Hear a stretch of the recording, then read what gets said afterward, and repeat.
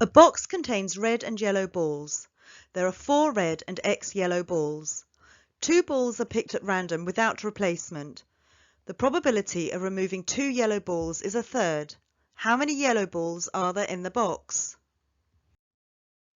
We have 4 red and X yellow balls, making a total of 4 plus X balls.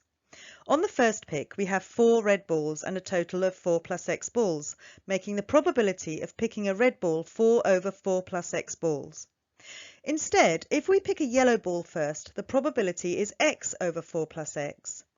Now, on the second pick, we have 1 less ball, as we didn't replace the first one whether it was red or yellow, so we have a total of 3 plus X balls. If we picked a red ball the first time, we now have one less red ball in the box, so we have 3 red balls. If we picked a red ball first, we still have X yellow balls to pick from in the box. So if we picked a yellow ball the first time, we still have 4 red balls. But if we picked a yellow ball the first time, we have 1 less yellow ball in the box, making the probability X minus 1 over 3 plus X. The combinations of balls being picked are red then red, red then yellow, yellow then red, or yellow then yellow. These are the calculations that need to be made if these probabilities were required, but in the question we were given the probability of removing 2 yellow balls as 1 over 3.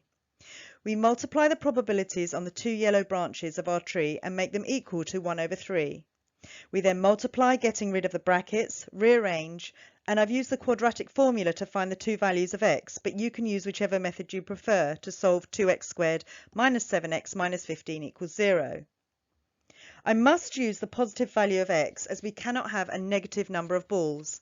This means x equals 5, so we have 5 yellow balls.